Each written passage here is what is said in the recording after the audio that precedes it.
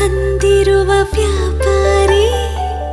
ಬೆಳೆದೀತೆ ಆಸೆಗಳ ಈ ಯಾದಿ ಕಳೆದೀತೆ ನಡುವೆಲ್ಲೋ ಈ ಹಾದಿ